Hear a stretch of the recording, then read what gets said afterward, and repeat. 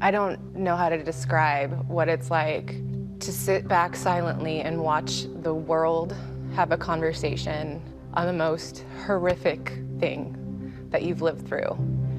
For Denise Huskins, everything changed one fateful night. I remember thinking, like, God, this is a really bad nightmare. It's one that still haunts her today. 3 years ago, she was dragged from her boyfriend Aaron Quinn's bed in the dead of the night, drugged, kidnapped, and raped. She then mysteriously reappeared 2 days later, about 400 miles away in Southern California. Aaron had gone to the police, pleading for them to investigate. Everything was accusatory, and fairly quickly, the detective said, "I don't believe you." Our investigation has concluded that none of the claims has been substantiated. The Vallejo County Police publicly declared it all a hoax. Mr. Quinn and Ms. Huskins has plundered valuable resources away from our community. My wife, Amy Elliott Dunn, disappeared 3 days ago. Denise quickly dubbed the Gone Girl after the novel and film about a woman who stages her own disappearance. Isn't it true that truth is often stranger than fiction? This was only strange because law enforcement made it strange. It was March 2015. Denise Huskins and Aaron Quinn were both in bed, asleep. Around 3 a.m., they heard a noise. You were woken up with lights in your face, correct? Yeah, the voice kept saying, "Wake up, this is a robbery. We're not here to harm you." I opened my eyes and the flashing light, and he said, "Aaron, turn over." And He knew his name. Yeah. And like that was another like, oh my God, what is this? So he said, "I'm gonna leave some ties at the edge of the bed. You're going to tie his hands behind his back and his feet together." And I was shaking, and he was encouraging me, saying, "You're doing a good job." Saying you were being good victims? Yeah.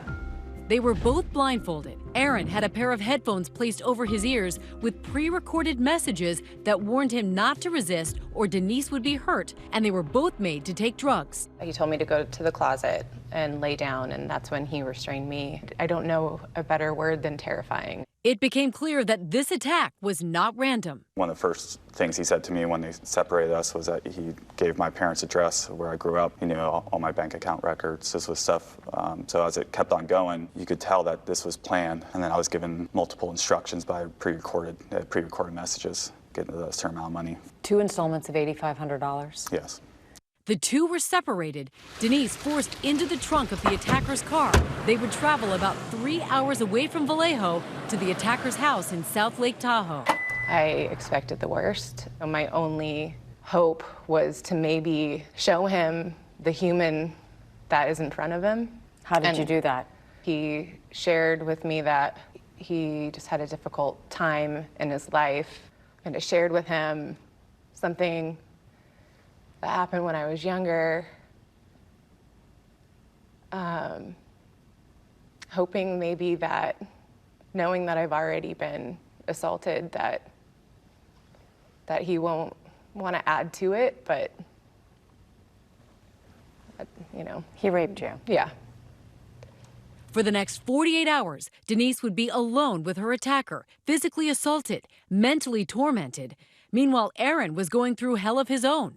According to court documents, Aaron awoke, cut himself free, and saw that his car and laptop were gone. His phones were still there, and he saw email messages demanding the money. Despite warnings, he calls the police. They also had stated if I called anybody, they would hurt Denise. But you did it anyway. So I had to make a decision to call the police. I figured, I'm going to be safe, the police will come. But Aaron soon went from victim to suspect. The moment you walked into the door and you told this story, nobody believed you.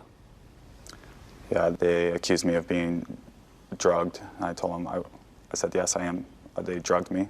I mean, I gave them permission to go search through my house. I gave them access to all my email accounts because the kidnappers were emailing. And fairly quickly, they turned to a detective, said, I don't believe you. Just started saying I killed Denise. What is that moment like? I knew they were going to look at me as a suspect. That's what they should do. I was the last person to see her. If it wasn't for Denise, if she didn't get the kidnappers to let her go, I would be behind bars. How did you get away? He made the decision to release me, and he said that he was gonna drive me all the way down to Southern California. Your hometown? Yeah. When he opened the car door, I thought, like, this is it. Like, either I'm gonna hear a gunshot and that's it, or I'm gonna get pushed off a cliff. I thought I was walking to my death. And then I heard a door close behind me, and I pulled up the blindfold, and I just started walking, and the only thing that I was thinking of was, I want to see my mom and dad. It seemed a near miraculous ending to a horrendous ordeal, but for Denise and Aaron, a new sort of trauma was just beginning.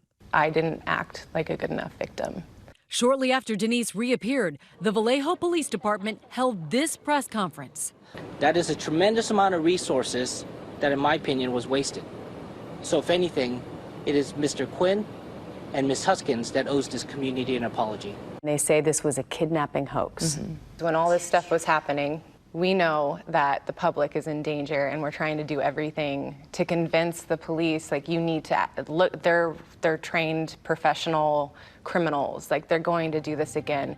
The very next day, a San Francisco Chronicle reporter receives a series of emails from a purported group of criminals claiming responsibility, with pictures of computer equipment, fake guns, and more, and with a voice recording from Denise. My name's Denise Huskins, and I'm kidnapped. Otherwise, fine. And the supposed attackers ended with this, calling the police response a travesty. About 2 months after the kidnapping, things came to a head when law enforcement responded to reports of a home invasion and robbery near San Francisco. The circumstances eerily familiar. A man attacking a couple in bed using zip ties, only this time one of the victims managed to call police. The suspect ran off but left a cell phone behind. That cell phone tracked back to a 38-year-old Harvard-educated man named Matthew Mueller. By June 8th, Mueller was in custody. One of the most notable pieces of evidence recovered, Aaron Quinn's stolen laptop computer. Inside his vehicle, they found more evidence, including zip ties and swim-style goggles with tape covering the lenses with the long blonde hair stuck in the duct tape. Mueller eventually confessed and pleaded guilty to the kidnapping of Huskins. By July, she and Quinn vindicated. They are absolutely 100% not just not guilty, but innocent. Huskins got the chance to confront Mueller in court as he was sentenced to 40 years behind bars. And you said, I am the woman behind the blindfold. Yeah, he saw me, every part of me, but he never looked into my eyes. And so I wanted to make sure that he saw me, and he did. But that wasn't the only justice the couple is looking for. The Vallejo Police Department did eventually apologize. Yeah, they wrote a letter of apology. They haven't made a public apology. They acknowledged that they were wrong, but they wouldn't have done anything different. It's kind of like, sorry, I'm not sorry. Now Mueller is facing new state charges, including rape.